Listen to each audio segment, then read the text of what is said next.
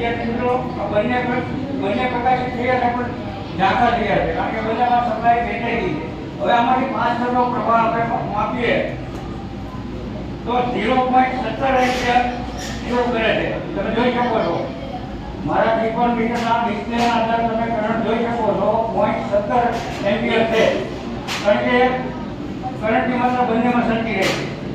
આ લેન્સની પણ સરખી રહે છે, બીજા લેન્સની પણ સરખી રહે છે.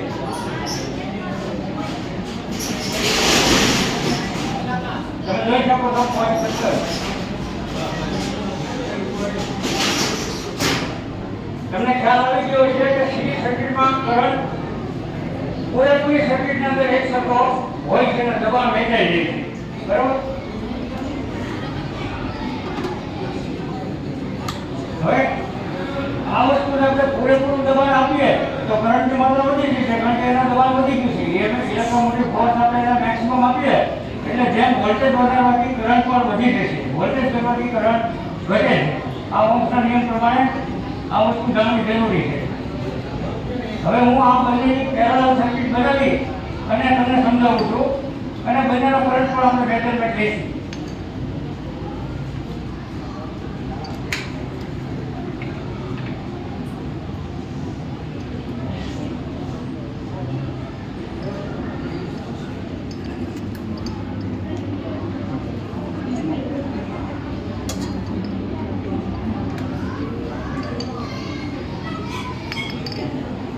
હવે આ બંને વસ્તુ છે બંને આપણી પાસે બે લેમ્પ છે 240 વાળા 240 વોલ્ટ ઉપરના લાઈનમાં કામ આપે કિરેટના બે લેમ્પ છે. બંનેની આપણે પેરેલલ સર્કિટ બનાવશું જે આપણા દૈનિક આપણા દરેકના ઘરે પેરેલલ સર્કિટ હોય છે લાગેલી. કારણ કે આ પંખા છે, આ ટ્યુબ છે કે જેટલા પણ અહીંયા વીજ ઉપકરણો લાગેલા છે આ બધાની કનેક્શનો પેરેલલ હોય છે.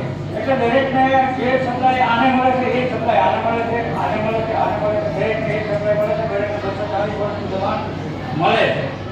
હવે આ બંનેની આપણે પેરેલલ કનેક્શન કરીએ છીએ અને સમાંતર ગુજરાતીમાં સમાંતર સર્કિટ આપણે કહેવાય. હવે આ બંનેનું મળતું વીજ દબાણ એક સરખું રહે છે કારણ કે બંને સર્કિટ સમાંતર જોડેલી છે. તો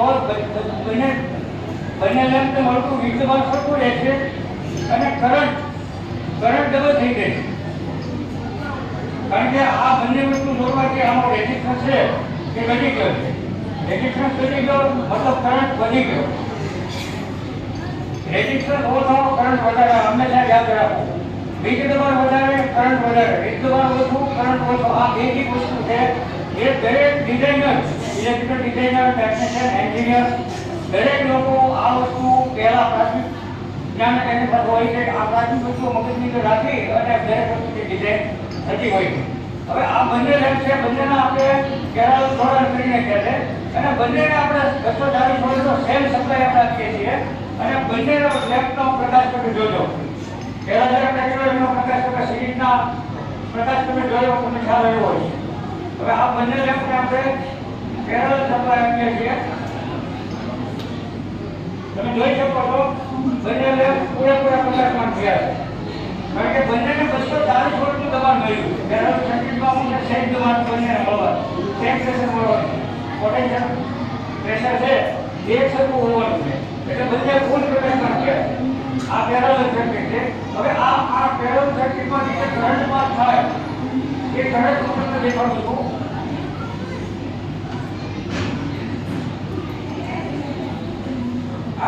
આ ત્રિકોણ મીટર છે. આના કરંટ મેઝરમેન્ટ પહેલા કીધેલો 0.17 એમ્પ આવ્યા હતા જે તમે જોયું. હવે આના અંદર આપણે કરંટ મેઝરમેન્ટ કરીએ છીએ ત્યારે 0.5 એમ્પિયર આવે છે, અડધો એમ્પિયર 0.5. કરંટ વધી ગયો કારણ કે બંનેનો પેરેલલ જોડાયેલા છે અને બંનેનો કરંટ આ આવ્યો છે. બરાબર? એટલે પ્રેશર વધવાથી કરંટ વધે, પ્રેશર ઘટવાથી કરંટ ઘટે. આ વસ્તુ હંમેશા મગજમાં રાખવી જરૂરી છે. પછી એક એવી વસ્તુ કે જે આપણી સપ્લાય સિસ્ટમ છે, આપણી ભારત દેશની સપ્લાય સિસ્ટમની અંદર સિંગલ ફેઝ કે જે ડોમેસ્ટિક સપ્લાય આપણે હોય છે જે આપણા ઘરે ઘરે આવે છે કનેક્શન આપણું એ સપ્લાય સિસ્ટમની અંદર વોલ્ટેજનું દબાણ, વોલ્ટેજનું પ્રેશર 230 થી 240 વોલ્ટ હોય છે અને three phase line to line વોલ્ટેજની વાત કરીએ તો સ્ટાન્ડર્ડ વોલ્ટેજ આપણા ઓન લોડ 40 વોલ્ટ હોય છે. અને જેની અંદર મેગ્નેટિક વેવ જેને આપણે ગુજરાતીમાં ચુંબકીય તરંગ કહીએ છીએ, જે હેનરી હર્ટ્ઝ નામના વૈજ્ઞાનિક થઈ ગયો એમણે શોધ કરેલી છે. અને એ આપણે ફ્રીક્વન્સી તરીકે ઓળખીએ છીએ. અને એ ફ્રીક્વન્સી આપણી સપ્લાય ભારત દેશની સપ્લાય સિસ્ટમની અંદર સિગ્નલ અને સિગ્નલ ટ્રાન્સફર દરેક જનરેટર આવી મોટર આવી ટ્રાન્સફર દરેક સેમ ફ્રીક્વન્સી ઉપર કામ કરે છે. જે આપણે 50 સાયકલ હોય છે, 50 સાયકલ તરીકે આપણે ઓળખીએ છીએ. 50 વૃત્તિના તરંગો 1 સેકન્ડની અંદર જનરેટરની અંદર પેદા થાય છે. અને એ પ્રવાહિત ધારાઓ પાવર સ્ટેશનથી લઈ અને પછી સબસ્ટેશનમાં જાય છે, જ્યાં હાઈ વોલ્ટેજ બને છે. કારણ કે આપણે વીજળી જે પાવર સ્ટેશનમાં બને છે એ વીજળીને આપણે દૂર સુધી મોકલવાની છે. તો એને આપણે વીજળીને સ્ટેપ અપ કરવી પડે. સ્ટેપ અપ કરી અને હાયર વોલ્ટેજ આપણે ક્રિએટ કરીએ છીએ.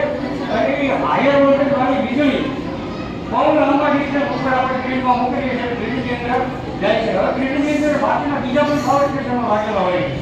ધારો કે 100 કિલોમીટર આગળ લાગેલું હોય છે થર્મલ પાવર પ્લાન્ટ, એક આગળ લાગેલો સોલર પ્લાન્ટ લાગેલો હોય છે, આગળ વિન્ડ લાગેલી હોય છે.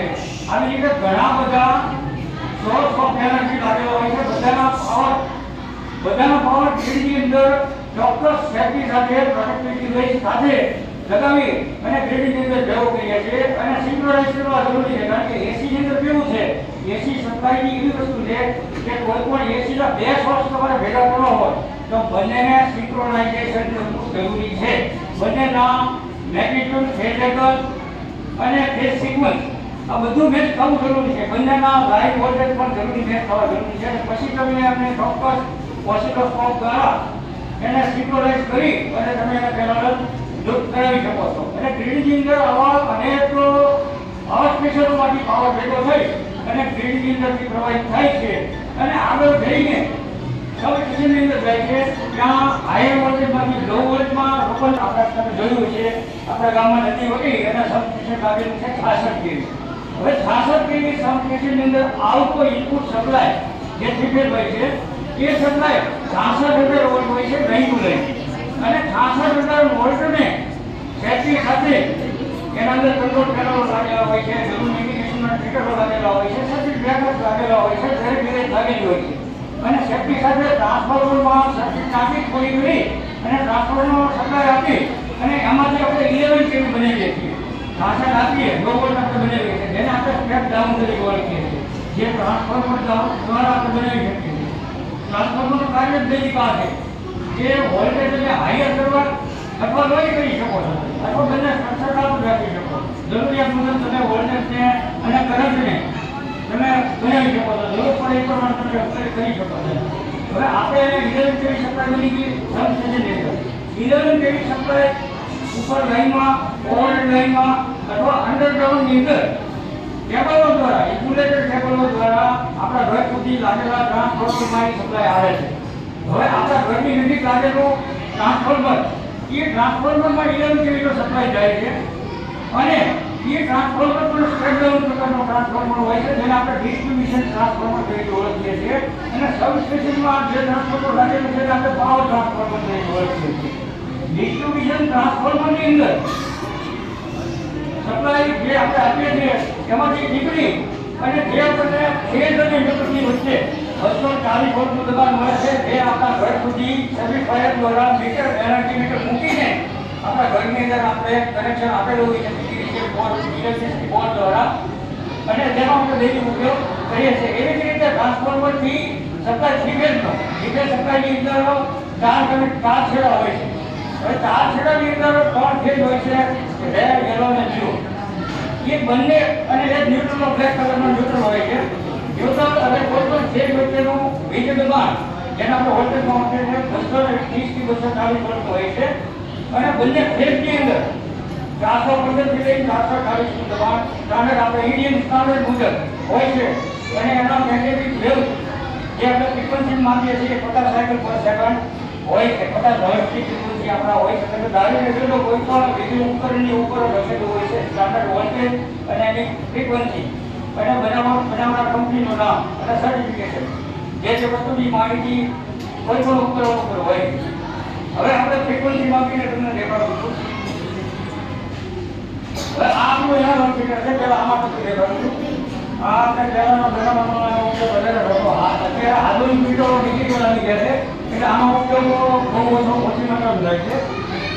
હવે આ છે આપણે વોલ્ટેજનું દબાણ દેખાય છે જે આપણે વોલ્ટમાં માપીએ છીએ. બરાબર. હવે હું તમને વોલ્ટ આ એનાલોગ મીટરની અંદર વોલ્ટેજ માપી દેખાડું છું.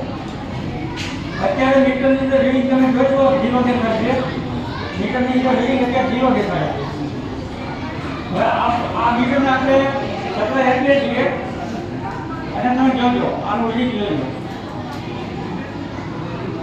તમે જોઈ શકો છો કે આનાને 250 વોલ્ટનું રીડિંગ શો થાય છે. દેખાય છે બધા વિદ્યાર્થી મિત્રો તમને 240 50 વોલ્ટ આપણને શો થાય છે. આવી રીતે આ વોલ્ટેજનો આપણે મેઝરમેન્ટ કરી શકીએ છીએ. આપણે ખ્યાલ આવે છે કારણ કે વીજળી એવી વસ્તુ છે કે વીજળી આપણને આંખે દેખાતી નથી. વીજળી આપણે ચેક કરવા માંગે છે તેના માટે આ વોલ્ટેજ મીટર જરૂરી છે. કોઈ પણ જગ્યાએ સપ્લાય આપણે ચેક કરવું હોય તો એક નોમિનલ આ નિયન નેટવર્ક હોય છે. નિયન નેટવર્કથી તમે ચેક કરી શકો છો પણ આના અંદર કેટલા પ્રેશર છે દબાણ છે એ આ ટેસ્ટરમાં તમને દેખાશે નહીં. વીજળીની માત્રા જાણવા માટે ચોક્કસ વોલ્ટેજ જાણવા માટે તમારે આ મીટરની બેઝ લેવો જરૂરી બને. આવી રીતે કોઈ પણ સર્કિટની અંદર કરંટ આપણે ચેક કરવો હોય છે તો કરંટ ચેક કરવા માટે એ મીટર લાગેલું હોય છે. આ એ મીટર છે જે આપણે એન્જલ મીટર કહી શકીએ છીએ. અને આ એન્જલ મીટરની અંદર એક કરંટ કોઇલ લાગેલી હોય છે અને કરંટ કોઇલના બંને કનેક્શનો અહીંયા આપેલા હોય છે. હવે કરંટ કોઇલમાંથી સપ્લાય કરંટ પાસ થવાના કારણે એ કોઇલની અંદર મેગ્નેટિક ઇન્ડક્શન ઊભું થાય છે. એટલે ઇન્ડક્શનના કારણે જે આ પોઇન્ટર છે લાગેલો અંદર એલ્યુમિનિયમની એક કોઇલ હોય છે. કોઇલ ઉપર એની અસર થવાના કારણે એની પોઝિશન ફરે છે. કરંટની માત્રા ઉપર ડિપેન્ડ કરે છે. પોઝિશન ફરવાથી અહીંયા આપણને ડિસ્પ્લેની અંદર જે કરંટની માત્રા છે આપણને દેખાય. તમને દેખાડવા માટે હું ચુંબકીય સ્વિચ છે મારી પાસે જેને ઇલેક્ટ્રોમેગ્નેટિક કોન્ટેક્ટર આપણે કહીએ છીએ. જે આ ઇન્ડસ્ટ્રીમાં પોળા પ્રમાણમાં આનો ઉપયોગ થાય છે. આ સ્વિચના અંદર ઇલેક્ટ્રોમેગ્નેટિક કોઇલ હોય છે. એ મેગ્નેટિક કોઇલને આપણે ચોક્કસ માત્રાની જે કોઇલની કેપેસિટી છે એ મુજબનો સપ્લાય આપીએ એટલે એના અંદર ઇલેક્ટ્રોમેગ્નેટિક ઇફેક્ટ ઊભી થાય છે. એના જે લોખંડનો પ્લન્જર છે જોડેલો એમની સાથે એ પ્લન્જરને પોતાનો તરફ ખેંચે છે. મેગ્નેટ વસ્તુ શું છે કે લોખંડને પોતાનો તરફ ખેંચવું મેગ્નેટનો નિયમ છે. આ ઇલેક્ટ્રોમેગ્નેટ છે. આ અંદર જેને સપ્લાય આપણે આપીએ ત્યારે ઇલેક્ટ્રોમેગ્નેટિક બને છે. સપ્લાય લઈએ એટલે મેગ્નેટિઝમ એમાં ખાતું નથી. હવે જેવો આપણે સપ્લાય આપીએ એટલે મેગ્નેટ બની અને એમની સાથે જોડેલો લોખંડનો પ્લન્જર બીજા મેગ્નેટ સાથે મેચ કરી અને ચોંટી જાય છે. અને ચોંટી જવાના કારણે અંદર મેકેનિઝમ હોય છે. અંદર કોન્ટેક્ટ લાગેલા હોય છે. ફિક્સ કોન્ટેક્ટ અને મૂવિંગ કોન્ટેક્ટ લાગેલા હોય છે.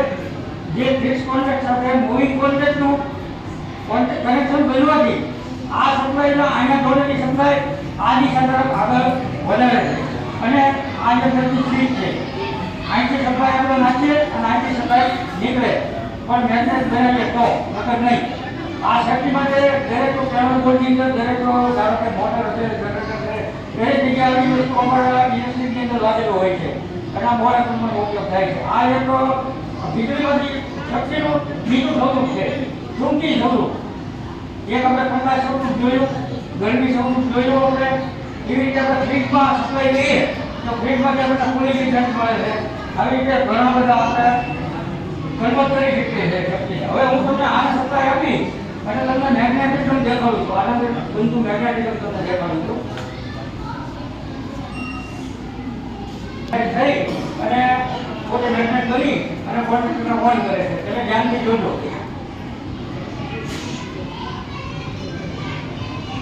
ધ્યાનથી સાંભળજો અવાજ આવશે તમને મેગ્નેટનો.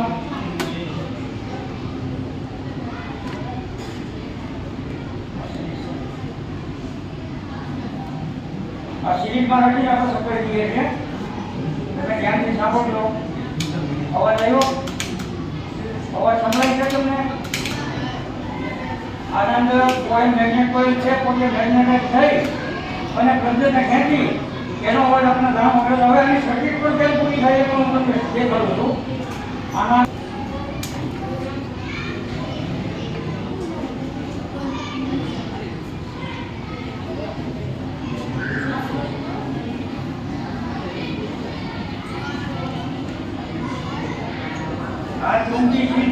સીમેન્ટ માટેની છે, ત્રિકોણની સીટ છે.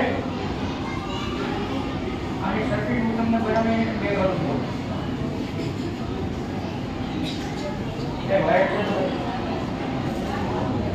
મળશે અને જીવનમાં કાર્ય કામ લાગશે અને તમને વીજળીની જે વિસ્તૃત માહિતી મળશે.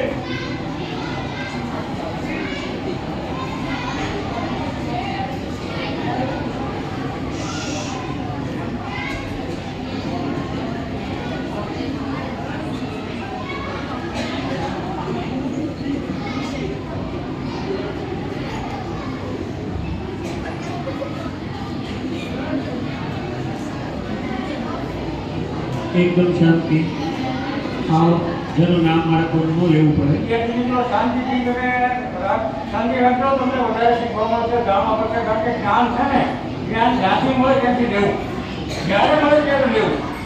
એના માટે કોઈ ચોક્કસ સમય કે જ્ઞાન હોતું નથી. અમને સાચું કે સારું જ્ઞાન મળતું હોય ત્યાં આપણે મેળવવું. કારણ કે જીવનમાં જ્ઞાનથી મોટી કોઈ દોલત નથી, જીવનથી મોટી કોઈ દોલત નથી. નોલેજ બહુ મોટી વસ્તુ છે, ત્યાંથી મળે તેથી હાંસલ કરવું, મેળવવું. અને આપણે આગળ વધવું, આપણા ગામને આગળ વધારવું, આપણી વિશાળનું નામ આગળ વધારવું, આપણા જિલ્લાનું નામ, આપણા દેશનું નામ, રાજ્યનું નામ આગળ વધારવું. તમે જ્ઞાની બનો, તમે આગળ વધો અને કાંઈક નવું કરો, કાંઈક સારું કરો, કાંઈક મોટું કરો.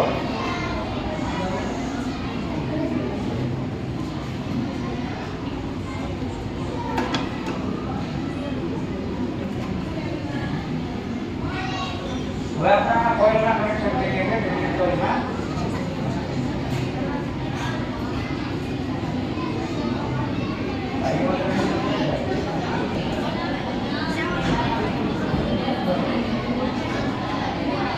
एकदम शांति हो पाए.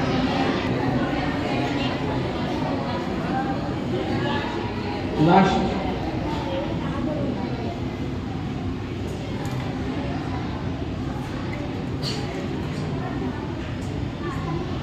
છેલ્લા એકાદ બે એક્સપેરિમેન્ટ છે તમે બસ હવે તમને હું એક તમારો વધારે સમય નહીં લઉં. તમને એક જે ટૂંકી તરંગો હોય છે આપણા ફ્રીક્વન્સીમાં રહે એ જ કંડિશન એક આ સીટ દેખાડું છું.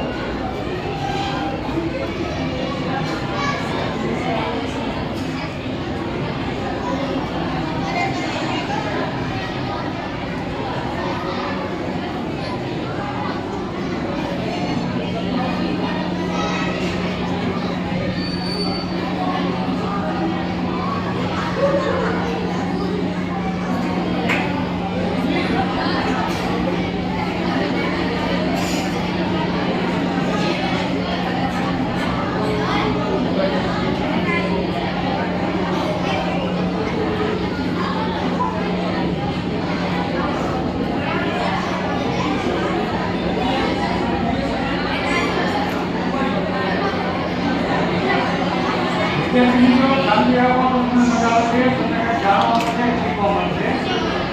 અને શાંતિ રાખો.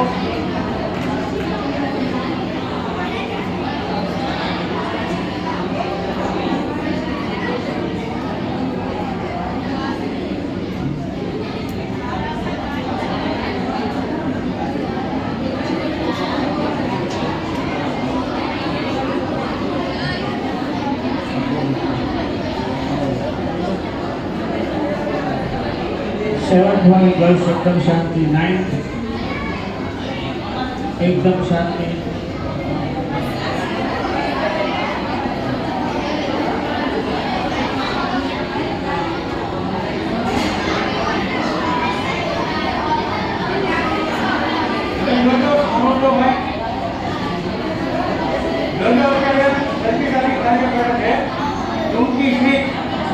આપણે મેગ્નેટિક કોન્ટ્રાક્ટર તરીકે ઓળખીએ છીએ અને જે દરેક ઇન્ડસ્ટ્રીયલ કંટ્રોલ પેનલ બોર્ડની લાગેલા હોય છે, આપણા ઘરે પણ ઘણી જગ્યાએ લાગેલા હોય છે, આપણા ઘરે પાણીની મોટર જે લાગેલી હોય છે એમાં પણ લાગેલા હોય છે. એમના સાધનો તો તમે ધ્યાનથી આમાં જોજો. તમે જોજો આ સીટ સપ્લાય આપી હવે આપણે ચેનલ સપ્લાય આપીએ છીએ. તમે જોજો આ મેગ્નેટિક સીટ કાર્ય કરે છે એ જેવું એને આપણે કોઈને પૂરેપૂરી સપ્લાય આપી એટલે આમાં મેગ્નેટાઇઝેશનના કારણે એનો પ્લન્જર ખેંચાયો અને એમાં લાગેલા કોન્ટેક્ટથી એની સર્કિટ લેમ્પની સર્કિટ પૂરી થઈ ગઈ અને લેમ્પ આપવાનું શરૂ થઈ ગયો. અને એવી રીતે આપણે એને પુશ બટનને આપણે ડિઝાઇન કરી એની કથા સાથે કરાવી અને જરૂરી પુશ બટન આપણે શરૂ કરી શકીએ. તો તમને જાણવા મળ્યું છે. હવે હું તમને એક વાર છેલ્લું ફ્રીક્વન્સી મેનેજમેન્ટ કરી અને તમને દેખાડું છું. તમે ધ્યાનથી જોજો.